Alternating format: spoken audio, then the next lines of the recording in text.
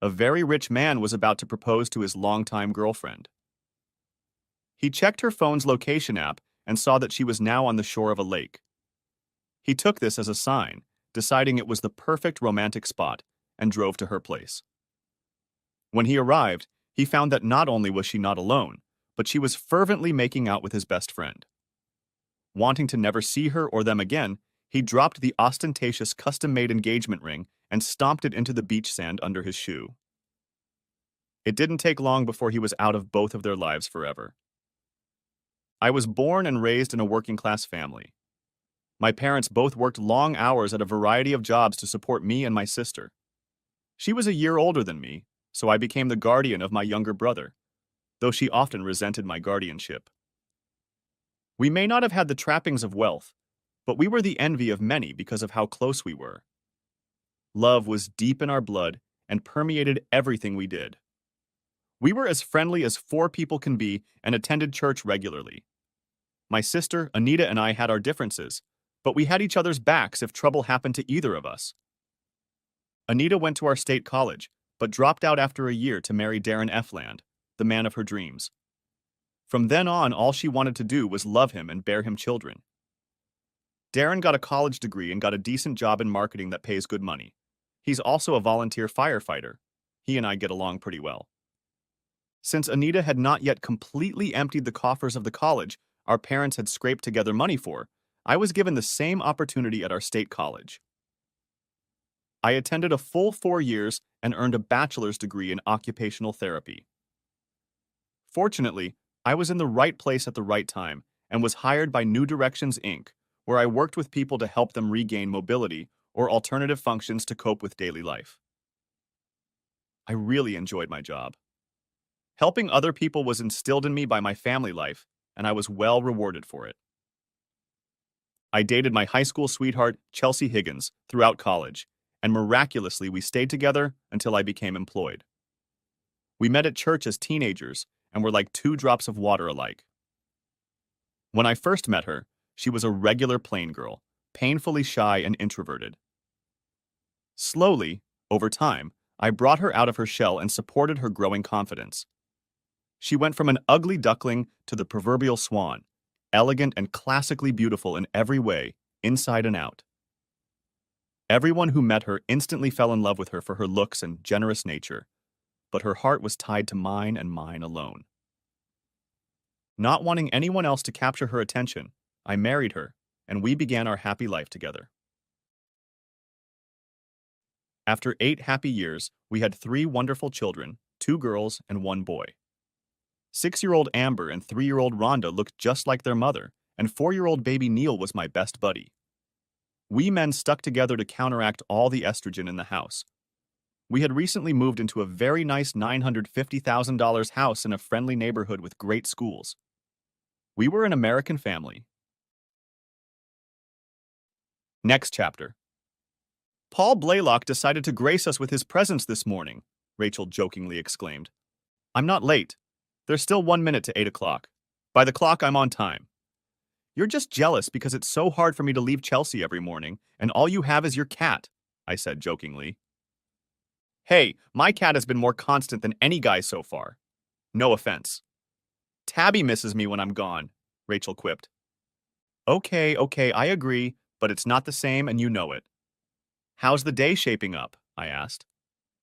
Seems like a pretty steady schedule. Aside from the regular clients, we have 4 appointments this morning. But Paul, I'm still trying to figure out how you did it. Did what? What do you mean, did what? How could you be at a movie premiere in California yesterday and then come back here to good old North Carolina this morning? Did someone hire you to impersonate someone else? What happened, Paul? Spill it, asked Rachel demandingly. Impersonate someone? A Californian? Me? Rachel, I've never been to California in my life. What the hell are you talking about right now? Is today April Fool's Day or something? What are you up to? I'm not up to anything. It's you. I saw you on TV last night at the movie premiere. It was you. I'm willing to swear it on a stack of Bibles. Let me think about it. What was the name of that new movie? I think it was Virgil by Candlelight or some weird title like that. When you walked on the red carpet, my jaw almost dropped to the floor. They called you Pierre Dumont. But it was you, your voice and everything. You faked that weird French accent. It was hilarious.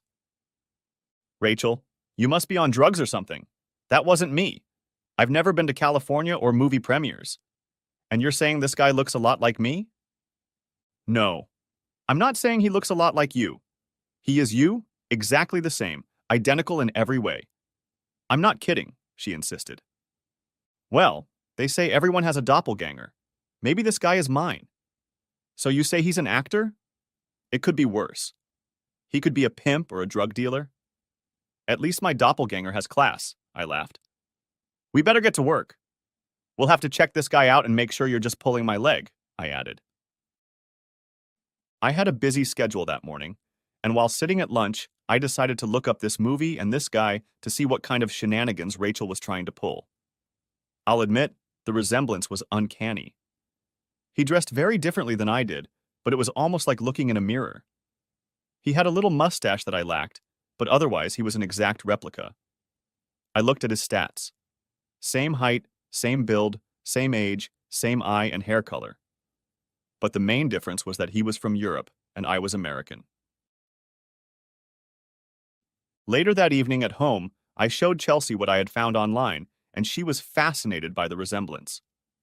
Paul, you just have to get in touch with this guy and see if there's any connection between them. I've never seen anything so close in the appearance of people from two different countries before, she suggested. No, it's just a coincidence, I'm sure. Every person has a doppelganger. Now I know who mine is. There's probably a Chelsea twin somewhere who would love to meet you. But you know what? What? She cooed. Even if there was another Chelsea somewhere, your exact twin, she might look like you, but there's no way she could replicate your awesome, loving personality. Girl, you are one of a kind, I said, kissing her enticingly. She added, let's take this into the bedroom, cowboy, and find out just how unique we both are. And so we did. I no longer thought about the casual resemblance to this French guy. It was nothing more than a funny outburst for a day or two for a comical, casual conversation. Imagine my surprise when, 3 weeks after work, I came home to a very flustered Chelsea. Honey, you're not going to believe this. He wants to meet you, she declared. Who wants to meet me and why? Perplexed me. Pierre Dumont. It turns out he's as fascinated by your resemblance as we are, she enthused. What are you talking about, Chelsea? How did this guy even know I existed, much less want to meet me? It's me. I sent him a picture of you, you know, the one of you in the fancy suit at my cousin's wedding. I forwarded it to his secretary, and he's as interested in it as we are. He's coming here and wants to meet you Saturday at the Excelsior Hotel. Isn't that exciting? Exciting? It's been curious for a day or two, but I got over it long ago. Why did you send my picture without asking me first? Because it's stupid. You would have said no. Besides, it's not every day you get to meet a real actor. Even if nothing comes of it, don't you think it's an exciting opportunity? He's a big seller in Europe. He's very popular there in a TV series that's a big hit. What if he's a long-lost brother you didn't even know you had? Wouldn't that be something special? No, it wouldn't, and you're right. I wish you hadn't done it, I said. But why, Paul? What's wrong with it? She asked. You mean besides the fact that my parents separated me from my brother at birth? How do you think they would feel if I questioned my identity and looked for a family apart from them? I said hotly. Oh, I hadn't thought about that. But your parents are wonderful people. They'll understand. They're very lenient, you know that, she said. That's true, but I wouldn't want to do something that requires their forgiveness. Let me talk to my parents first, and then I'll let you know if I'm interested in going out with this guy. Oh, but you have to. It's already arranged and everything. You must go, she begged. I didn't arrange anything, you did. If my parents would rather I not go out with this guy, then I'm not going. Do you understand? If it's that important to you, you can go. I will not insult my parents, no matter how much you want me to go out with this guy, I stated. But if you don't go, you'll embarrass me terribly. How can you do this to me? I haven't done anything to you except come home from work today and find you've been doing something behind my back. If you're embarrassed, you've embarrassed yourself, Chelsea. I didn't do anything to embarrass you, nothing at all. She took on a dejected look. She knows full well how devoted I am to my parents and how I look up to them.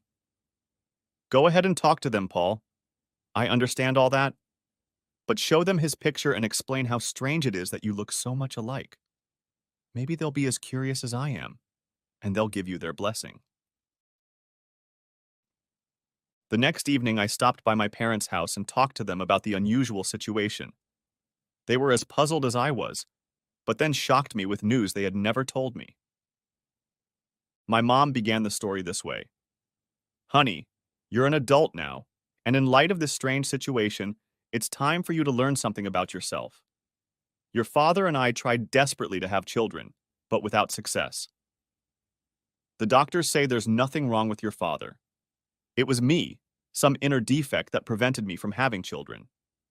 We couldn't imagine life without babies, so we adopted a child. Your sister was a godsend, and we couldn't have been happier with her. But after a year, we were contacted by an adoption agency to see if we wanted to adopt a little boy. The only catch was that the adoption had to take place within 24 hours. Otherwise, the opportunity would go to someone else. We prayed and prayed about it and felt that God was fulfilling our desire for more than one child. All the papers were sealed. When we signed the papers and picked you up, we had no information about who your biological parents were or any other information about your background. The only condition we had to agree to was to name you Paul. Of course, your last name will be ours. We wanted to tell you this many times, but we doubted that you would feel that your biological parents didn't want you or any other negative consequences. We did everything we could to demonstrate our love and concern for you and Anita. We would have let you know right away if there were any serious health issues with you or our precious grandchildren, but you all seem so healthy and happy. Why would we want to disrupt that? So we thought we'd tell you in case you have any reason to question your origins. You are our son, Paul, and nothing will ever change that. But if this man, this Pierre, has anything to do with you, we can understand how you might want to find out. You have our blessing to investigate if you want to, Paul. Who knows where it might lead?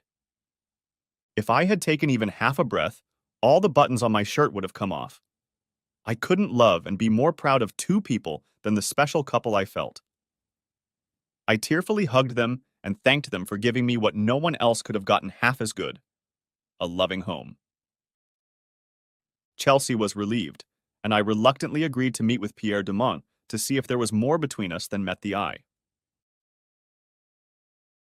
Arriving at the Excelsior Hotel, we called the room Chelsea had been given. A stout man came down from the elevator and met us in the lobby.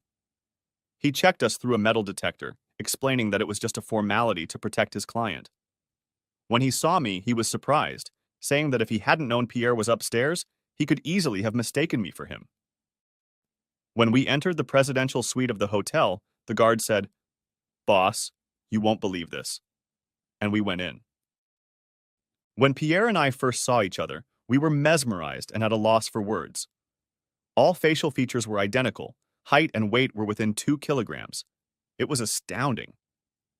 Pierre asked me to take off my left shoe and sock. I immediately understood why. We both had webbed toes between 2 identical toes on the same foot. We placed our palms against each other. Each toe was identical down to the smallest detail. We wrinkled our eyebrows the same way, and when we smiled, we had the same dimple. Chelsea couldn't help herself. Oh my God, it's true. But how? How can it be? Finally, I gathered enough composure to say, "Good evening, Mr. Dumont. My name is Paul Blaylock. I recently found out from my parents that I was adopted. What about you?" "The same," he replied. "As we speak, the legal eagles are digging into the past. I'm sure we both feel there's an inexplicable connection here, but still, I have to ask. Would you mind submitting a DNA sample so we can determine with certainty what we both think might be true?" Of course. I was just about to suggest the same thing. Seeing pictures is one thing, but being in the same room with you and seeing us together in person it's... I know, it's crazy, isn't it? Exclaimed Pierre. By the way, this is Helena Moreno, my girl Friday, who I can't live without. She is the one who answered to your wife and organized this meeting. When I looked over to greet Helena, my eyes nearly popped out of my forehead. She reminded me of one of those European mannequins that came off the pages of a fashion magazine. Though I tried to restrain myself, she felt my magnetic attraction, as if it was to be expected. She looked about 5 years younger than me, with a perfect body made for... I pulled myself together and greeted her. Nice to meet you, Miss Marino. She didn't say anything, but smiled politely and nodded as I shook her hand. And this is my dear bride, Chelsea. It's a pleasure to meet you, Chelsea, Pierre said in a thick French accent, taking and kissing her hand. My colleague is a very fortunate man, he charmed. I would like to invite you two to be my guests at the Excelsior restaurant. It's a 5-star review that I hope you will enjoy. Shall we? The waiter was generous in his service. I assumed that was the kind of treatment Pierre was used to. We were treated to polite conversation and speculation that we might be related. I agreed with Pierre that we should wait for the results of the DNA test before speculating further. Helena listened silently and attentively to our conversation, while Pierre and I asked and answered numerous questions about our habits, mannerisms, and behavior for comparison. We had more questions than answers that evening. Chelsea was excited at the prospect of our sibling bond and inundated Pierre with questions about his rise to fame and stardom. Pierre seemed pleased with her interest. He hoped she would soon be his sister-in-law and adored her. 3 days later, it was confirmed. Our DNA was identical, which only happens in 35% of identical twin cases. Chelsea was beyond thrilled when I got home from work that evening. It's official, honey. You and Pierre are identical in every way. You must have had the same biological parents. There's no doubt about that. You never had a brother before, and now you do. And he's rich as hell. He's a big star in Europe, and he's just now trying to make it in Hollywood. Can you imagine? Our kids are going to have a rich uncle. Chelsea, I don't care how rich he is. It has nothing to do with the fact that we were separated at birth for some reason and never knew about each other until now. That's the question I'd like answered, not how much money Pierre has in the bank. Honey, he called today. He wants you by his side when he announces to the world that he recently discovered he has an identical twin brother. He said he's never been so excited in his life. Helena has booked first-class tickets to take us Saturday to California, where he will hold a press conference over the weekend. A limo will pick us up at the airport. Isn't that exciting? Chelsea, I just found out for sure I have a brother. I'm not interested in all the hype associated with his acting fame. I have no desire to be the center of attention. That's his business, not mine. I'd rather he and I just spend some one-on-one time to get to know each other better and lay the groundwork for what I hope will be a great relationship in the future. We still have many questions to answer. For example, who are our parents? Why were we separated at birth? Why were we put up for adoption and not taken in by close relatives? Why were the records sealed? Why didn't our birth parents want us to be together? How did he end up in France and I ended up in the States? 2 different continents. Where are our birth parents now? Are they still alive? I know, honey. That's part of it too, and you're right. All those questions would be nice to have answers to. Pierre said he's flying in to see us Saturday afternoon and we'll be his guests at an expensive hotel. We'll have a nice dinner, visit a few clubs, and have a press conference on Sunday. I can't believe we're related to a famous actor. He's famous in Europe, Chelsea, not here in the States, but I'm sure he hopes to change that. I hope he doesn't use our newfound status as a publicity stunt to enhance his career. What does it matter if that's the case, dear? How can it be a bad thing? Do you want the paparazzi and celebrity hunters looking for us and bothering us here at home trying to get at him? If everyone knows about us, they might want to interview us about our life story and all that. Honestly, honey, I hadn't thought of that. Why are you being so stupid? Why can't we just be happy that something wonderful is happening in our lives? She protested. I just want to protect my family, especially my children. I've read horror stories of celebrities being harassed and losing the privacy of family members. I hope it doesn't happen to us, and maybe it won't. I'm just trying to handle it responsibly. You're always thinking, Paul. Whatever you think is best, but can't I be a little excited about it? Is it such a sin? She pleaded. Of course it isn't, dear. I don't want to spoil your mood. It's just that I want to remain calm until we have a comfortable relationship with Pierre. For all I know, there's going to be a flurry of publicity now, and then we might not see him for another year. I hope you're wrong, she thought. I checked on the internet. They say his fortune is about 400 million euros. I don't know how that compares to dollars, but it's still a lot, she enthused. Some days the euro is higher than the dollar, and some days they're equal. But you're right. He is a multimillionaire. But that doesn't matter to me. He's my brother, and that's what will always be my focus, I said stoically. I've already made all the arrangements. The girls will spend this weekend with my parents, and your parents will take Niall. That way it won't be too taxing on them, she said. That's a good idea. We'll have to take care of bringing souvenirs for everyone, I remarked. I'd never seen Chelsea so excited since I'd met her. It was a whole new level of enthusiasm. The limo dropped us off at the posh hotel where Pierre was staying.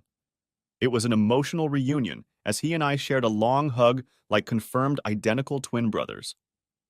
He sobbed at how genuinely we had both recently learned of each other's existence. It was a life-changing moment for all of us. I want you to know, Paul, that my people have found nothing but dead ends regarding both of our adoptions. Not only were the documents sealed, but they must have been buried somewhere, he grinned. That means we'll have to dig deeper. I've heard from friends about a man who knows a lot about this sort of thing. He's not cheap, but the price doesn't matter to me. I've been told that if there are any answers to be found, this is the guy to find them. Are you still okay with him digging into our origins? He'll start on my side, but eventually he'll dig in your backyard too. I just want you to be ready. I've already shared with you what my parents know, which isn't much. I've talked to them, and they don't mind me finding out any truth that might be discovered. Nothing will diminish or jeopardize my love for them, and they both know it. That's fine, Paul. It's the same on my end. They don't have the answers either. It is indeed a mystery, Pierre admitted. Your room is right next door. Your things are already there and waiting for you. Why don't you two freshen up and get dressed for a night out on the town? My treat, of course. We'll blow minds when they see us both at the same time, he grinned. I'm well known in the clubs. Helena met us at the club. She was stunningly dressed. She reminded me of a younger version of actress Catherine Zeta-Jones. I wondered for a moment how she squeezed all her wealth into such a tight little red dress. The smiling, raven-haired beauty extended her hand to me, and Pierre escorted Chelsea to our table. He made Chelsea giggle and laugh most of the evening. To make him feel welcome in our family, Chelsea danced half the dances with him and half with me. She seemed enamored with him and acted like she had known him for years. I decided it was a matter of her familiarity with his appearance. I politely shared 2 dances with Helena, not wanting to hurt her feelings. Sure, I was attracted to her, like most men, but I'm a happily married man and made that clear. Helena socialized mostly with Pierre and pretended to be interested in talking to me at times when my brother and my wife were on the dance floor. But Helena seemed chatty, almost condescending, as if she treated me with contempt for some reason, and I didn't understand why. Perhaps her sense of superiority was confirming her confidence in how beautiful she was. I could tell that Chelsea was very attracted to this new glamorous lifestyle. I didn't want to spoil her mood and decided to let her have a night on the town. I, unlike my vivacious wife, was not the least bit interested in this glamorous scene.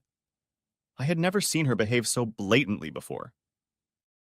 As we stood outside our suite before parting for the night, I respectfully shook Helena's hand and thanked her for a wonderful evening. Pierre kissed Chelsea on both cheeks and lips before leaving. As we entered our room, Chelsea preempted me. Don't say that. I know what you're thinking. It's a French thing. That's what they do. They kiss everyone for any occasion, she explained. You may be right, but I find it odd that he didn't kiss Helena or me. I grinned. She didn't answer anything. Along with Pierre, Helena, and his bodyguard Gerald, we rode in a limo to the press conference.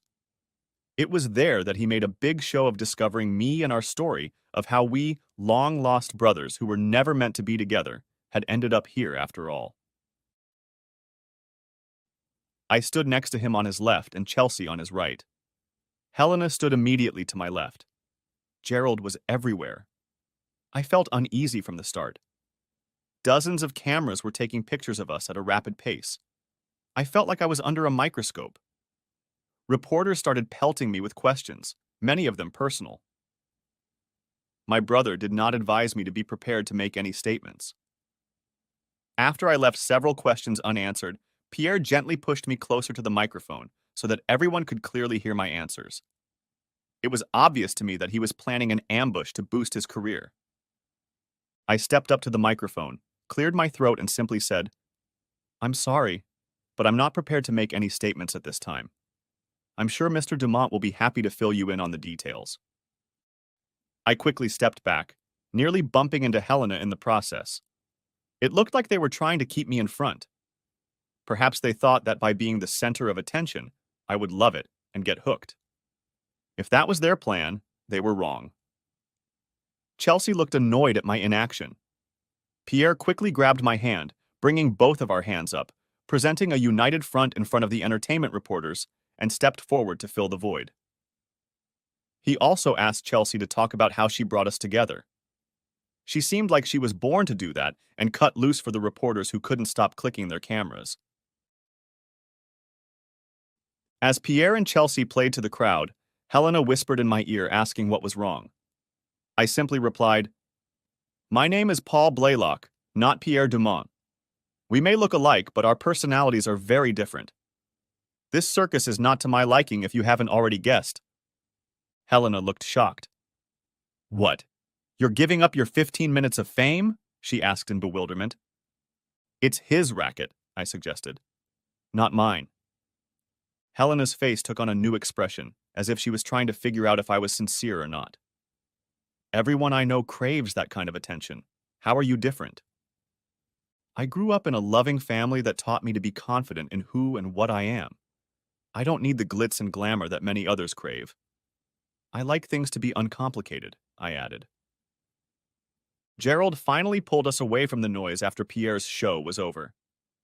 "What's wrong, Paul?" he asked. "You fell behind me. Why did you stay away?" "Pierre, I did what you asked. I flew here, attended your press announcement, and had my picture taken with you at least 1,000 times. You didn't mention that I would need to give a speech, so I was unprepared. This is your department," I explained. Obviously, that's Chelsea's calling. She saved the day and kept the momentum going until they stopped asking questions. "You have such a tenderfoot attitude here, Paul. You really are a lucky man." Chelsea just glowed. Pierre continued, "Oh mon Dieu. Look at the time. We need to take you two to the airport to catch a flight. If you miss it, the next flight will be a red-eye, and I know you don't want to deal with that. Your luggage is already in the trunk of the limo. My driver will get you there on time. One more thing before you go. Tell him, Chelsea." Pierre nudged her. She looked like she was barely holding back. "Right. I almost forgot. Paul, guess who's staying with us all next week?" "Your mom?" I teased. "No, silly. Pierre. He said he's taking a break from work right now and has some free time. He said he wanted to get to know you better, so I asked him, why don't you stay with us next week and you two can talk all night long if you want? He can use the spare bedroom. Wouldn't that be wonderful?" "But what about his safety? Where will Gerald and Helena sleep?" I inquired. "Oh, they'll be nearby at the Excelsior," Pierre explained. "Besides, I have a few other ideas for security that I think you'll like. Thank you for the invitation, Paul. I'll see you tomorrow night then." Tears flooded our eyes as we both realized our permanent connection. We were both still in shock at the whole thing. Chelsea chattered most of the way home. I barely uttered 2 words. I was unaccustomed to being jumped on in my own home.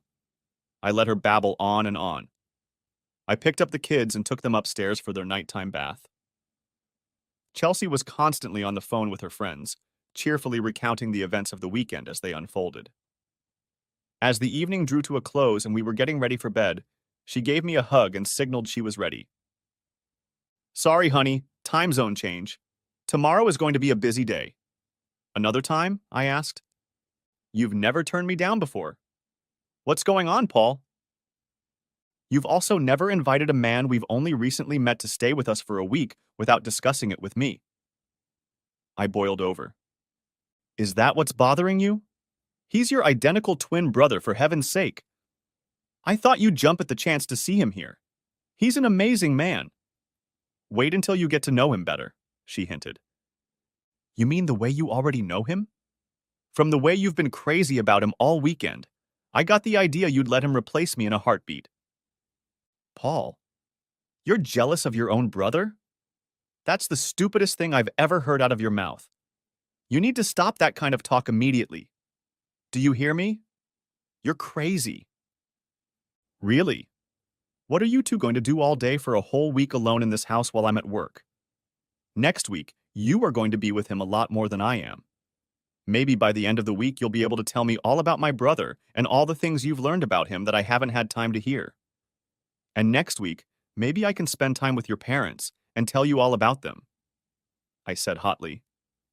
You stupid asshole. I was going to give you some love tonight, but not now. She resented. I get it. You're saving it all for my brother, aren't you? Screw you, she growled. Not tonight, dear. I have a headache, I stated sarcastically. Needless to say, not a word was spoken between us for the rest of the night. Waking up early Monday morning, I didn't feel like apologizing. I was sure she felt the same way, so I quietly got dressed and slipped out to work. I'm sure she'd memorized the time of his arrival and would make sure Pierre was settled in. I, on the other hand, wanted to get back to work and get my mind off this crazy roller coaster ride. Rachel was ready to go as soon as she walked through the door 30 minutes early. How did you manage to get ahead of me at work?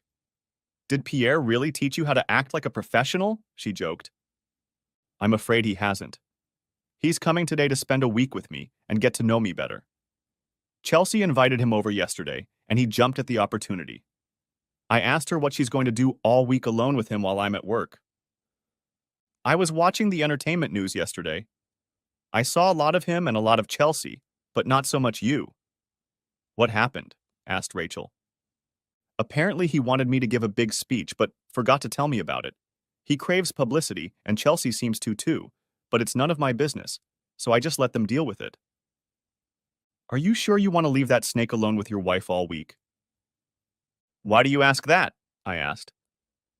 There's not much news about him here in the States, but if you go online and search the English versions of some French publications, he has a reputation as a playboy. He's been married and divorced 4 times. Each time due to infidelity, and most of his partners were married. In a candid interview he gave a few years ago, he explained that married women are like catnip to him. They are a forbidden fruit that he finds irresistible.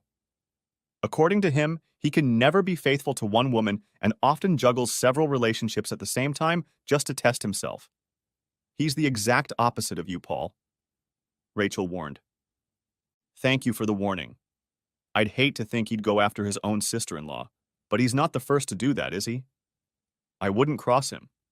I'll talk to Chelsea tonight and make sure she knows about his perfidy, I replied. Working with people in occupational therapy was therapeutic for me. It kept my mind occupied and I didn't dwell on unpleasant thoughts. I had mixed feelings about my new brother. Although some of the thoughts were disturbing, I was still searching for answers about who we were and how we ended up in different circumstances. I hoped that his men would be able to find out something concrete. I put my feet up and arrived home half an hour later than usual. I was surprised to see 3 truckloads of security guards outside my driveway and parked on the street. Something unplanned was going on. Upon entering the house, I found Pierre in the living room explaining to Roland, the foreman, exactly what he wanted to install. Seeing me, Chelsea walked over. A little late tonight, aren't you? She asked. She asked. As you know, Chelsea, every day is not like a day lived in a pattern. I'm not about to give up on a patient in the middle of a breakthrough. You know that. What's going on here? She smiled. It's a gift from Pierre for letting me let him stay here this week. I tried to get him to call you first and discuss it with you before doing anything, but he insisted. I see. So he asked you, as my wife, not to call me and let me know what was going on in my own home? She looked down at her feet. I thought you would be pleased. Pierre has had his men install a new state-of-the-art security system throughout the house. That way, whenever he's here, we'll be immediately alerted to the presence of any lurkers, admirers, or anyone else undesirable. And when he's not here, we can rest assured that the kids are safe and sound. Parents can never be too secure these days, Paul. And how much is all this going to cost us? I inquired. I already told you it's a gift. It won't cost us anything, she added. Maybe not monetarily, Chelsea, but it's already costing me the world in my own home. I would never have agreed to have this system installed without a lot of talking. I believe my name is on the title deed, isn't it? Shouldn't I have a say in any home improvements we decide to make? I'm disappointed in you, Chelsea. Pierre is strong enough to handle him on his own. And now I have to fight you too? I thought we were a team, I said in annoyance. What part of the word gift don't you understand, Paul? When someone gives you a gift, you say thank you and accept it with a smile, whether you like it or not. He is trying his best to do something nice for his new brother. Why do you want to take that joy away from him? Why don't you ask him if he wouldn't mind if I took a shower in my own home? After all, I'd hate to disappoint our guest. Did he bring sacred water for me? I spat. Go take your own damn shower, she bellowed. Dinner will be ready when you get back downstairs. I left her to tend to the kitchen and Pierre to his project management, and I climbed the stairs and took a long cleansing shower myself, searching for my best mental strength. After a few deep breathing exercises, I walked down the stairs with a smile on my face. After hugging and chatting with the kids, I took my seat at the side of the table. I usually sit at the head of the table. I thought Pierre could sit at the head of the table as our special guest. Is that okay with you, sweetie? Asked Chelsea in front of me in front of my family. Of course, I replied curtly. My brother will be welcome at our table. I didn't look up, but peripherally noticed Pierre and Chelsea smiled when I said that. What's this? I asked, looking at the food I'd never seen on our kitchen table before. Chelsea glared. Isn't it wonderful? Pierre brought authentic French cuisine so we can taste his homeland right in our kitchen. Okay, I'll ask again. What is it? Pierre jumped up enthusiastically. Allow me, brother. Today's delicacies are 3 of my favorite dishes: escargot, vichyssoise, and bouillabaisse. Escargot is an edible snail appetizer, served in a shell with a sauce of melted butter and garlic. Vichyssoise is a thick, creamy soup of potatoes, leeks, and onions served cold. And bouillabaisse is a heavily spiced stew of several kinds of fish and shellfish. Yep. What do the kids eat? My oldest daughter Amber smiled and replied, Daddy, we're having fish sticks. Mom said we should eat seafood like you adults, and we don't like it, she said, wrinkling her nose and pointing to the French cuisine. I looked at Chelsea. She knew exactly what I was thinking and what I was about to say. No, there were no more fish sticks left. There were only enough for the kids. Why don't you try something new for a change? It won't do you any harm to try a different culture, she said dismissively. Pierre looked amused but remained silent. Excuse me, I'll be right back, I announced. I walked over to the kitchen island, gathered some things, and made myself 2 peanut butter and jelly sandwiches before returning to the table. Really, Paul? Peanut butter and jelly? You're not even going to try it? She said. The kids clamored in unison. We want peanut butter and jelly too. Okay, Daddy. Can we have some? We don't like fish sticks. I laughed out loud. I guess I'm a kid at heart.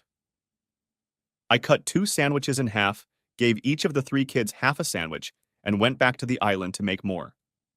It was obvious that Chelsea was embarrassed by my behavior and disgusted, but I wasn't trying to impress my brother like she was. Truth be told, I don't think Chelsea loved French food as much as she pretended to. Until tonight, I had never once seen her eat any of them. Just as the kids and I were licking the excess jello off our fingers, the doorbell rang. Helena brought some papers for Pierre to sign and handed over a manila envelope. An Excelsior limo took her to the hotel for the night. Pierre looked at me and said, "That's it, Paul. Here is everything there is to know about our origins, about where you and I came from. Are you ready?" I nodded. "Go ahead, Pierre. Whatever is in that envelope is more than we know now." "Paul, Helena said my guys have figured out everything there is to figure out. If there are unanswered questions after this, they will remain unanswered unless some miracle happens. So let's get started." He quickly looked over and reread the papers before he began to read aloud. "According to this report, our parents were very wealthy. Their names have been permanently expunged from all available records, so we may never know their identities. The records themselves were minimal and sketchy. My investigator found a young secretary who typed up the papers allowing us to be legally adopted. She was young at the time. She has since retired, but remembered our story well from working with the attorney." He continued. "She said our mother, whose only name she remembered was Pauline, no last name, had given birth to twins. Her very wealthy husband, whose name she didn't give or remember, accidentally discovered that his blood type was incompatible with ours. The doctors informed him that he could not be our biological father. In those days, there were no DNA tests yet. Of course, he realized that his wife, Pauline, was unfaithful. She steadfastly refused to give our biological father's name because she knew her wealthy husband would destroy him in every way possible. In retaliation, her husband arranged for us to be separated and sent for adoption to different countries on different continents. She was never given any information about where we were or any other information about us. The only comfort he allowed her was to give us our names. You, Paul, were born at 7:45 p.m., and I, Pierre, was born 3 minutes later, at 7:48. You're my big brother." Pierre broke down and sobbed on my shoulder. He was inconsolable. We were the product of infidelity. Our mother's name is Pauline, but that is all we will ever know of her. We will never know who our biological father is. She didn't give up on him, even after losing both of us. She must have really loved the guy, whoever he was. Something about recognizing even that part of our history drew Pierre and I to each other and brought us together the way real brothers do. Pierre and I talked into the night. He apologized for installing the security system without my permission. He said it was a really great system and would protect the family and even himself when he was here, alerting us to paparazzi or celebrity stalkers. He said it would be insulting to ask him about the price. Money doesn't matter to the family, and I am his only blood relative. He said the installation should be completed tomorrow, and then we can get to work. I thanked him, trying not to show my annoyance. Chelsea retired to our bedroom, realizing that we needed to be together. It felt good. As I lay in bed, I touched her shoulder to talk to her. "Honey, are you awake? We need to talk for a minute, and then you can go back to sleep." She furrowed her brow, and without opening her eyes, replied, "What do you want? It's already too late. I'm almost asleep already." "I'm sorry, honey, but this is important. Rachel at work has informed me of a few things she's learned about Pierre that I think are important for you to know." "Like what?" she asked sleepily. "After finding out about my connection to him, she did some in-depth research on the internet. He's been divorced 4 times because of his wives cheating. He said in interviews that he's addicted to seducing married women, that he can never be faithful to one woman and juggles several women at once for pleasure. He's a Lothario, darling. You need to watch out for him. He may be so good at it that you won't notice until it's too late." "Is that what you're bothering me about?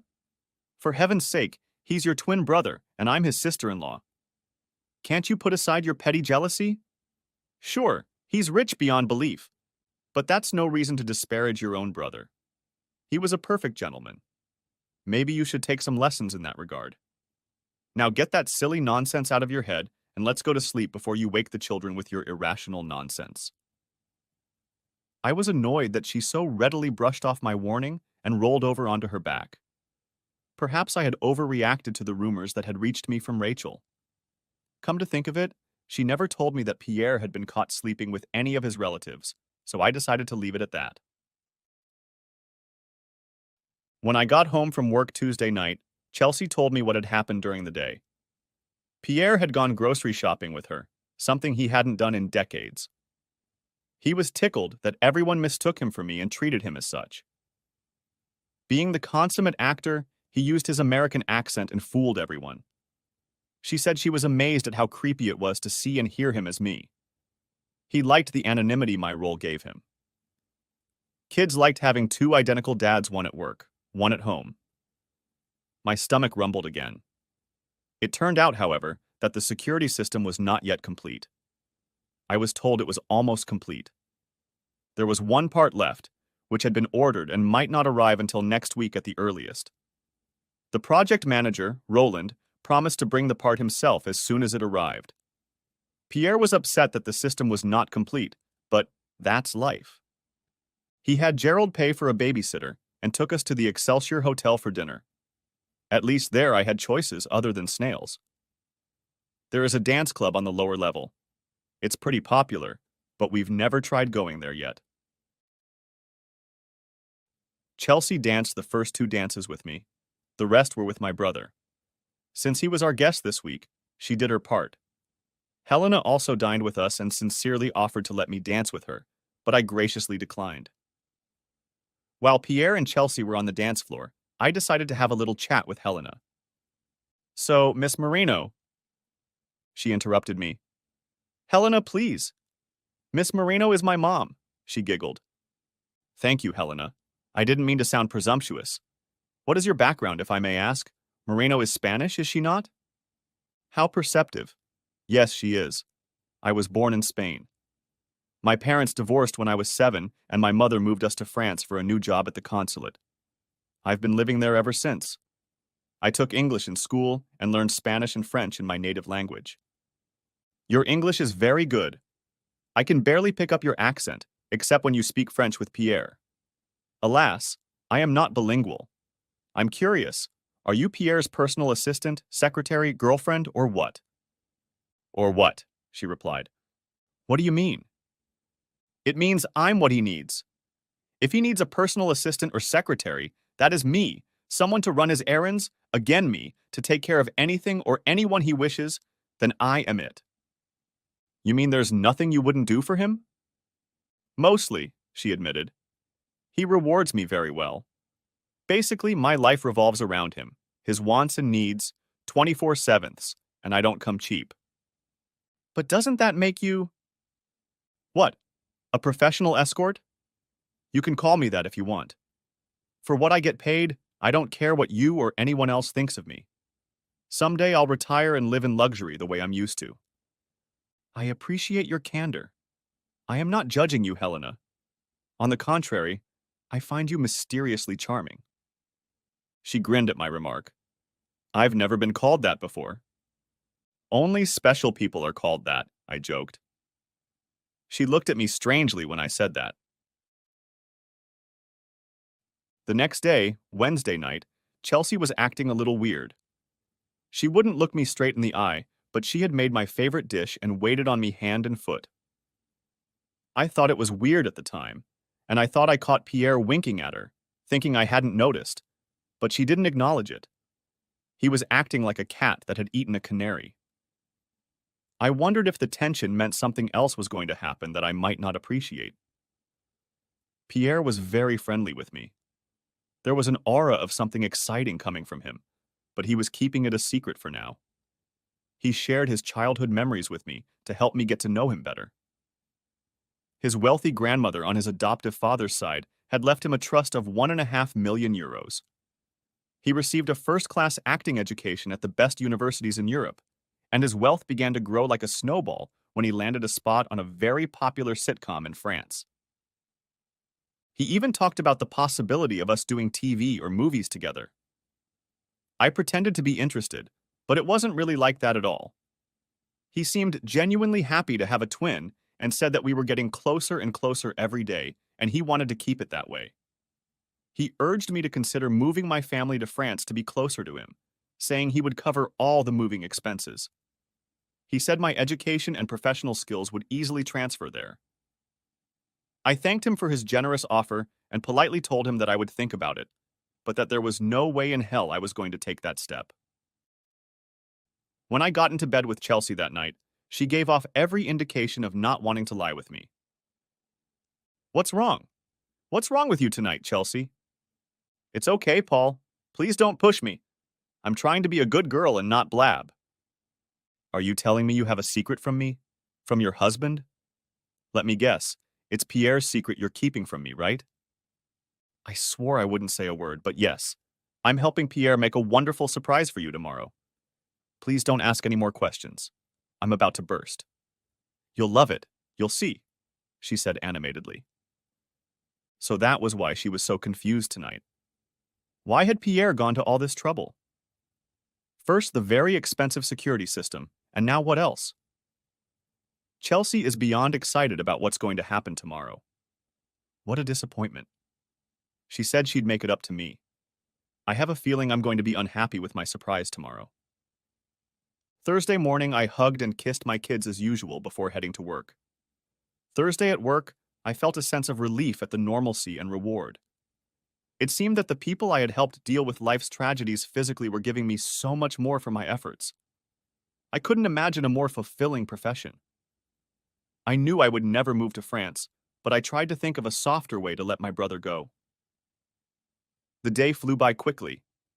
I was almost afraid to leave my sanctuary for the tumultuous chaos that awaited me at home. I decided to face everything that awaited me. When I arrived home, I saw a gorgeous blue sports car parked on the street in front of my house. I wondered if it belonged to any of Pierre's friends or co-workers who had come to visit. If another celebrity showed up at our house, Chelsea would be bouncing off the walls. Her head would get so big that she would have trouble getting through doorways. Should a visiting celebrity be my surprise? I hoped not. Things were chaotic enough as it was. I parked the car in the garage, and the kids ran to greet me when I entered the house. Let just them keep me from getting lost and focused. Their hugs on my neck and kisses are irreplaceable. They are the joy of my life. I strained to see who or what would be my surprise of the day. When I entered the den, my jaw nearly dropped to the floor. Chelsea was dressed in an elegant black dress that fit her perfectly. "What do you think, honey?" she asked enthusiastically. "That dress looks expensive. Where did it come from?" I innocently inquired. "It came from Paris," Pierre interjected. "It's made of the finest French silk chiffon. I had it custom made to her measurements. Doesn't she bring it to life?" "Gorgeous." "As I said, you have a beautiful wife, mon frère," he repeated. "She's been so good to me. It's just a small token of my appreciation," said Pierre, who was also dressed in a several $1,000 tuxedo. "I see. What's going on? And whose car is that parked outside? Do we have another visitor?" I asked. "Oh no, honey. It's just the three of us here. The babysitter will be here in a few minutes. Pierre insists that we celebrate again tonight. That's why we're dressed up like this," she informed me. "Yes," Pierre put in. "I took the liberty of ordering a new tuxedo for you, one just like mine, according to the measurements your lovely wife provided. It's lying on your bed." "Yes, dear. It's waiting for you right there." "Why don't you put it on and we'll go celebrate?" advised Chelsea. I smiled weakly. "And what exactly are we going to celebrate?" "Wonderful news," she exclaimed. "But Pierre will tell you after you get dressed." 10 minutes later, I came down the stairs in one of my usual suits. "What? What happened? Why aren't you wearing your new tuxedo, honey?" she asked. "The pants were a little tight," I lied. "I couldn't manage them, but I'll be fine in this suit." "Idiots! I'll rip their heads off," exclaimed Pierre angrily. "I have no tolerance for incompetence," he muttered. "The tuxedo is all right, Pierre. There's no trouble with the suit. The problem is me.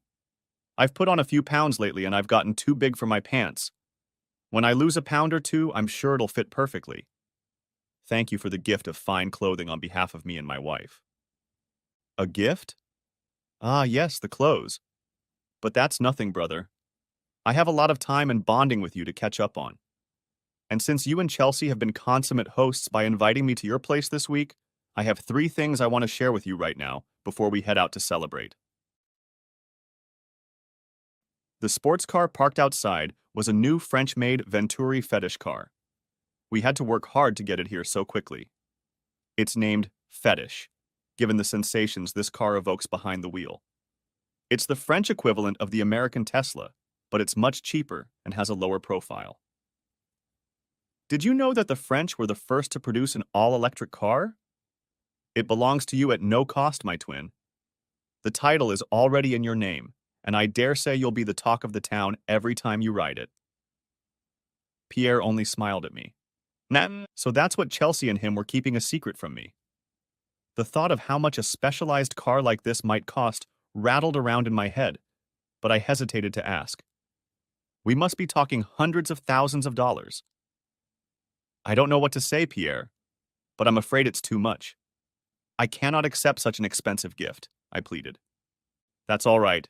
It's already done, Paul. It is the least I can do for a man I have loved so deeply in a very short time. You are the one thing I never knew I always wanted. Now that you are in my life, I want nothing to ever separate us again. I want us to spend a lot of time together from now on.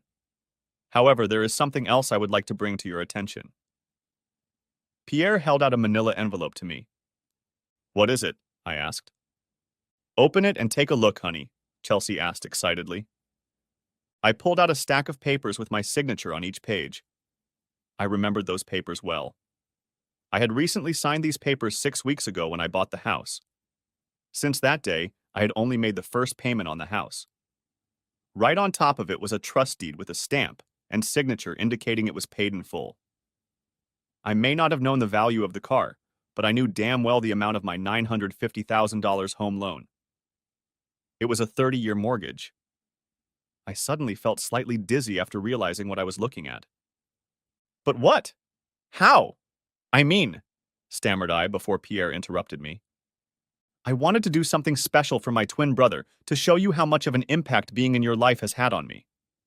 I could buy you 50 houses like this and still be in your debt, Paul. The richness and intensity of the love and brotherhood you've already given me is beyond comparison. Do not even try to refuse. These 2 tokens of my love and affection for you both give me great joy. This is the beginning of a new life for both of us, and I can't wait to see our bond continue to grow. Isn't he wonderful? Isn't it wonderful, Paul? I sobbed with joy when he first told me that. I was stunned to the core, Chelsea exclaimed. It was all I could do to keep my word to Pierre and not say anything to you until he sorted things out. Now I'm shaking again at the generosity he's shown us. When I looked at my twin, we both had tears in our eyes. They were tears of joy, love, and admiration. This is so unexpected, Pierre. I can't find the words for it. I say again that it is too much, but I don't want to deprive you of the joy that is so prevalent on your face. I've felt that kind of joy with many of my patients. I am immensely grateful to you, Pierre. You do honor Chelsea and me, and we can't thank you enough. Pierre replied, Oh, 222222. We must hurry so we are not too late with our reservations. I have another minor matter to discuss with you, but it can wait until after our evening meal. We'll talk then, suggested Pierre. Chelsea and I hugged each other tightly and headed to the waiting limo. Helena and Gerald were waiting for us in the limo. Before getting in, I quickly walked around the Venturi fetish car and whistled loudly. Pierre marveled at my approval and said, She's a beauty, isn't she? I nodded in affirmation. Once in the limo, Helena, Pierre, and Gerald started talking in French. At least to me it seemed to be rapid fire. I didn't understand a word of what they were saying, but I knew they had business to catch up on and didn't mind one bit. I was still floating on a cloud after the 2 shocks I had just received. After being the recipient of an unprecedented bounty, I felt guilty for being so petty about the tuxedo. It fit perfectly, but I was stubborn about having something imposed on me like that. but the gifts of a car and a house were just prohibitive. I had never felt so small as I did at that moment. While they chatted in French during the ride, during which Gerald giggled a lot, and all three of them furtively glanced at me, I used my cell phone to sneak a look at the cost of a French Venturi fetish sports car. There weren't many here in America, but the ones I saw were priced in the neighborhood of $425,000. I suddenly realized that my twin brother had altruistically given me an amount in the neighborhood of $1,375,000 as if it were nothing. It was a truly humbling experience for me. We were taken to an exclusive restaurant whose chef was creating Epicurean delights. Not recognizing a single word on the menu, I asked the waiter to describe 3 specific dishes I was considering. When the word steak came up in one of his descriptions, I immediately chose that option. Pierre placed an order for Chelsea, and she seemed happy that he did. While we waited for our food, Pierre shared his idea.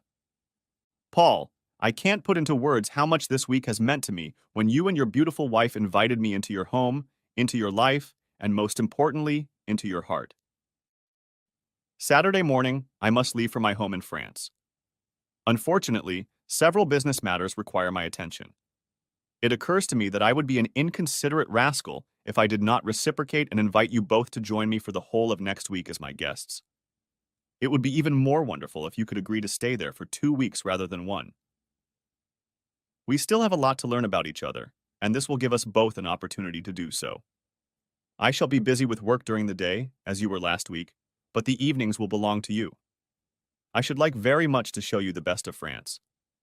I hope you will love it as much as I do, and at least consider moving there so we can stay close. Now that I have you in my life, nothing would give me more pleasure than having my twin brother around me every day.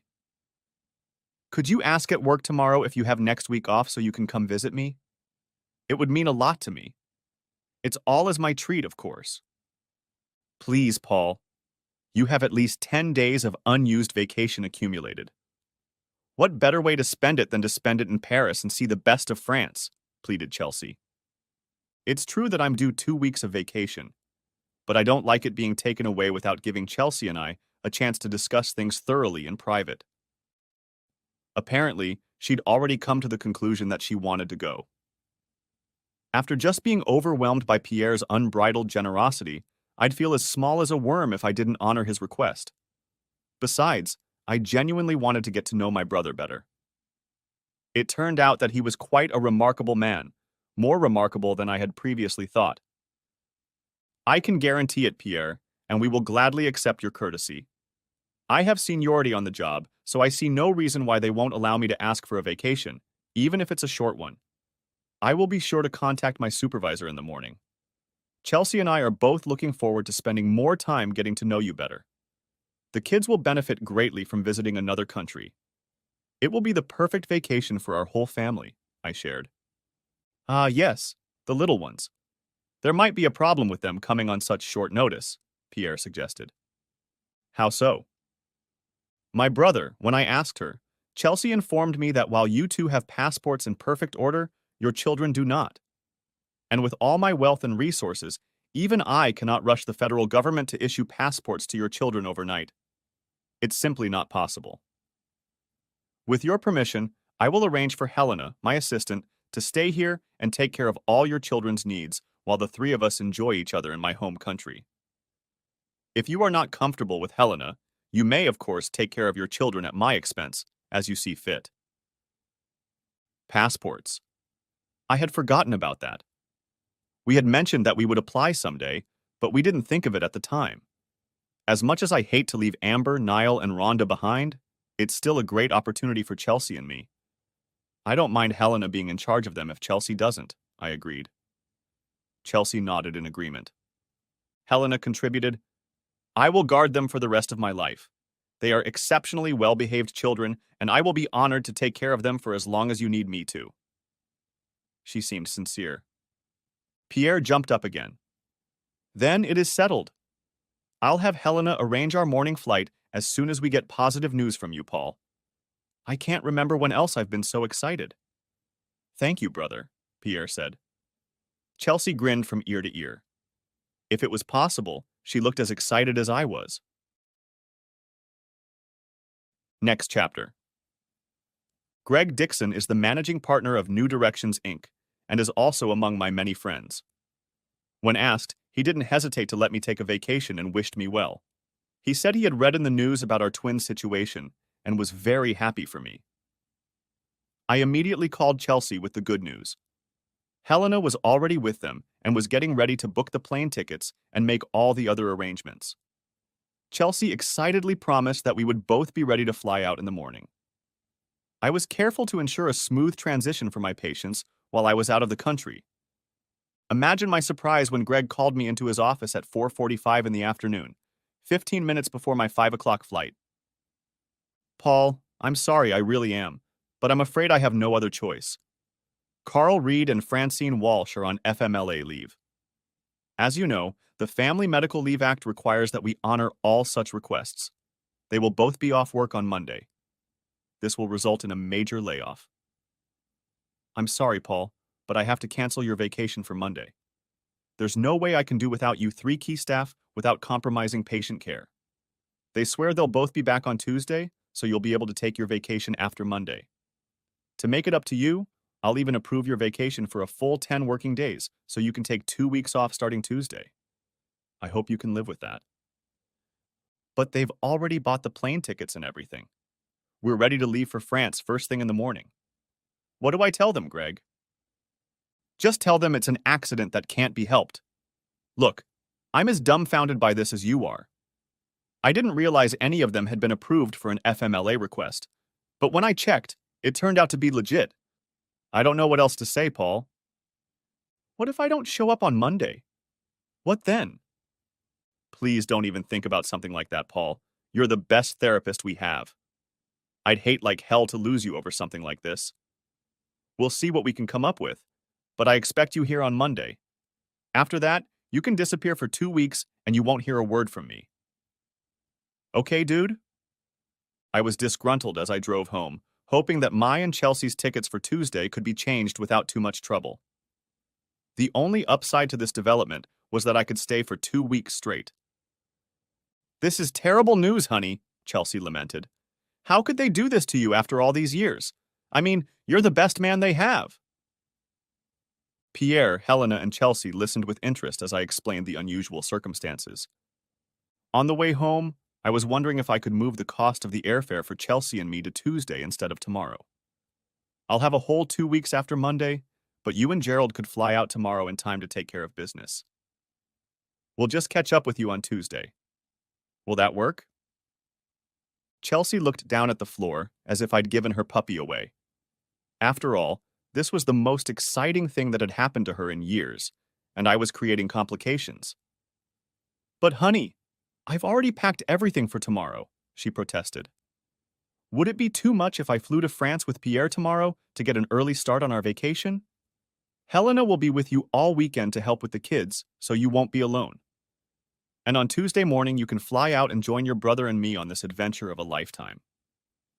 Pierre nodded in agreement with her suggestion, but prudently remained silent. I didn't want to disappoint her in case I insisted on doing my own thing, and Pierre agreed with whatever decision I made. Helena looked at me with a sly smile as Chelsea made her suggestion. I thought for a moment before saying, "Sure, why not? Besides, it would give me a couple days to try out my new wheels. I can't wait to try and stay alive in this beast." I grinned. Chelsea replied, "Of course, honey. You're going to do it. Isn't it all so exciting? Since your stuff is already packed and mixed with mine, how about I pick up all of our stuff tomorrow when we leave?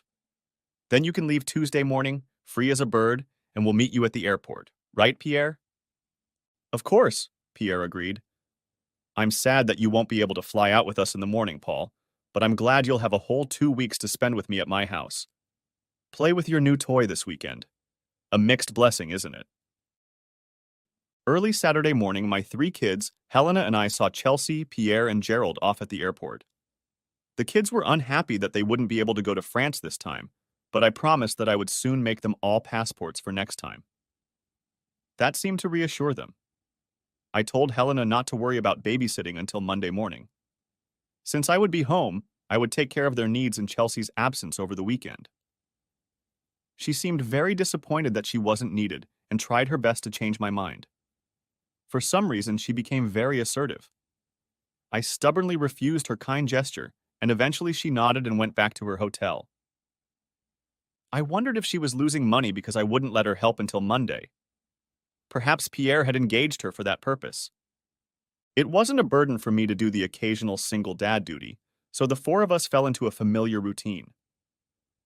Chelsea had made Amber promise to help with her younger brother and sister before she left, and she took to her role like a duck to water and immediately began bossing them around. I was questioning whether to send Helena when it occurred to me that I wouldn't be able to play with my new Vision Fetish sports car. It wasn't suitable for family trips, so I took my regular car, a green Chevy Tahoe, out of the garage and put the blue Vision Fetish in its place to protect it from the weather and prying eyes. I went back to the room where my three angels were watching their new favorite cartoon. It changes every week. Saturday afternoon, after feeding the kids lunch, I rang the doorbell. "Hello, sir. Are you Mr. Dumont or Mr. Blaylock? Frankly, I don't see the difference." "Paul Blaylock." "Mr. Blaylock, I'm Roland from the security company that installed your new system earlier this week. May I come in?" "Sure." I opened the door for him to come in. "I thought you weren't coming back until next week. Something about a missing part, I assume." "Yes, sir, that's right. The key component arrived earlier than expected, so here I am. You know how it is. Always under-promising and over-delivering to keep the customers happy. If I have a few minutes on the computer in your office where we integrated the system, I'll get you up and running quickly." And I followed him to my home office where he immediately got to work on my system. "All that's left to do is install this security key into one of your USB plugs. Your system has been working relentlessly since we installed it on Monday. The last aspect was accessing the DVR files. This security key allows you to access our secure cloud servers. It is programmed to access your files from this single location. If you have this computer and this key, you can access all of your files and no one but you can. No client can access your files, and you can't access anyone else's files. This is an extra layer of protection for you as our client and for us as your provider. We take the security of your data very seriously. Cameras are installed in every room of your home except bathrooms. This also applies to the bell cameras. They are all motion and voice activated. Once the activity and sound stop, a file is logged with time and date stamps for your records. Keep in mind that you will not be able to delete any recordings directly from the cloud. You can only access them. We do have a procedure for deleting records, but it involves notarized forms and paperwork. Roland continued, "Okay, now you have it all set up. Would you allow me to demonstrate how to access your records?" I nodded. 2 clicks and a screen with many sections opened in front of me, displaying all the numbered cameras in real time. Another click took him to a series of log files of past recorded events related to my unique account number. He randomly clicked on one of them, showing us all eating in the kitchen that night as I made peanut butter and jelly sandwiches for French food night. Then he clicked on another random file for Wednesday afternoon, and after a few seconds he awkwardly clicked to close the file. I apologize. Please don't be embarrassed, sir. We see files like this all the time. You and your wife were obviously enjoying a vacation together. The system doesn't know when to record and when not to record. You can easily disable the camera for a certain period of time to prevent unwanted private recordings like this one. Just follow the links and everything will be done for you. Do you have any other questions, sir? Yes, just one, if I may. Can I download and save any of my archived logs for playback as a separate file on your system? Yes, sir. This is one of our most popular features. Many customers build their own personal libraries of such files. When viewing any of your files in the cloud, simply right-click anywhere on the playback screen and select Save As. The files belong to you, and you can do with them as you see fit. We protect them from unauthorized access in the event of a crime, such as robbery or assault. For your protection, we maintain the chain of evidence required in many legal systems. You have been very helpful, Roland. Thank you for your time. We shook hands, and he drove off in his truck. I sat there in a daze. My mind had exploded, and I was trying to get my brain to function again.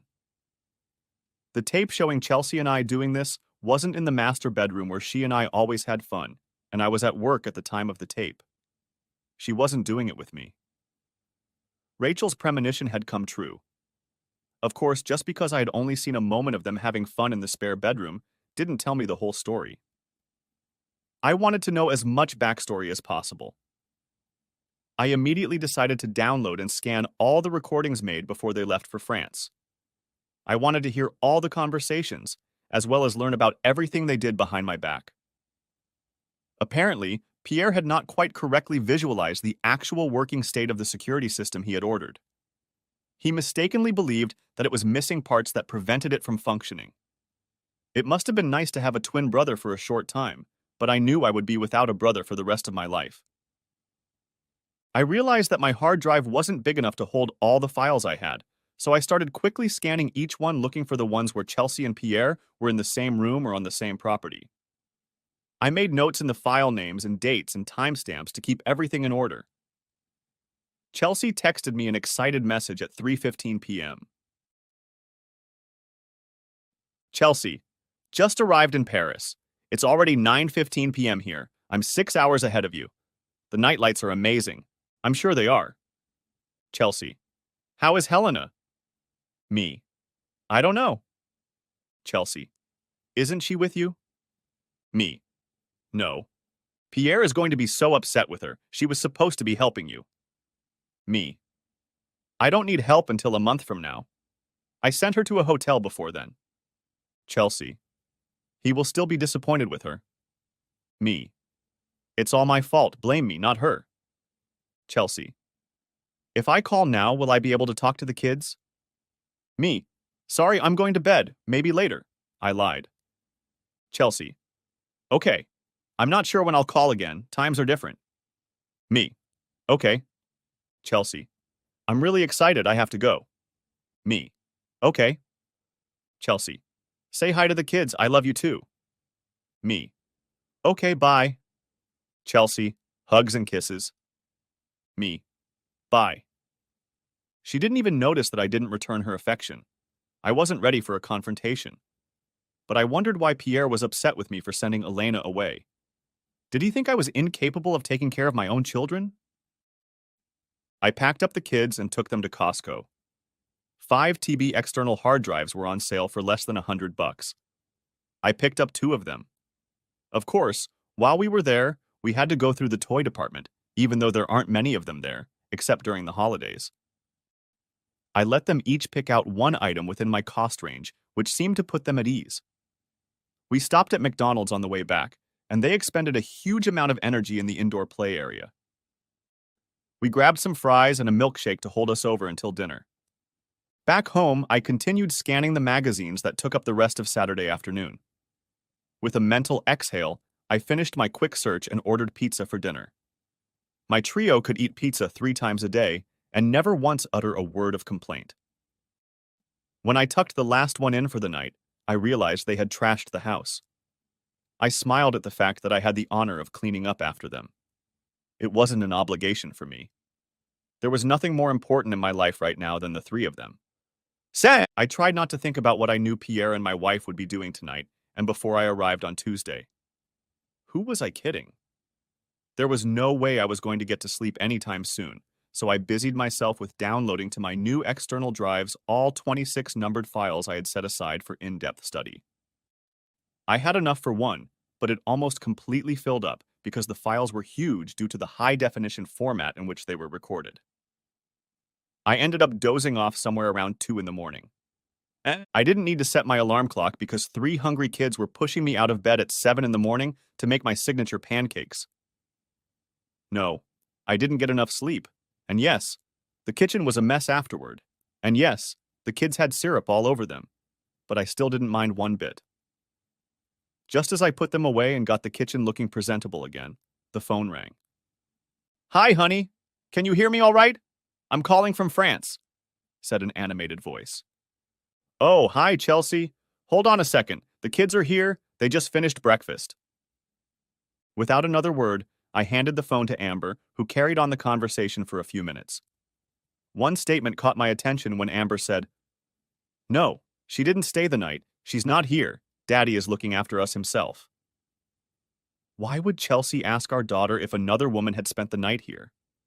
I whispered to Amber to pass the phone to Neil and Rhonda to her.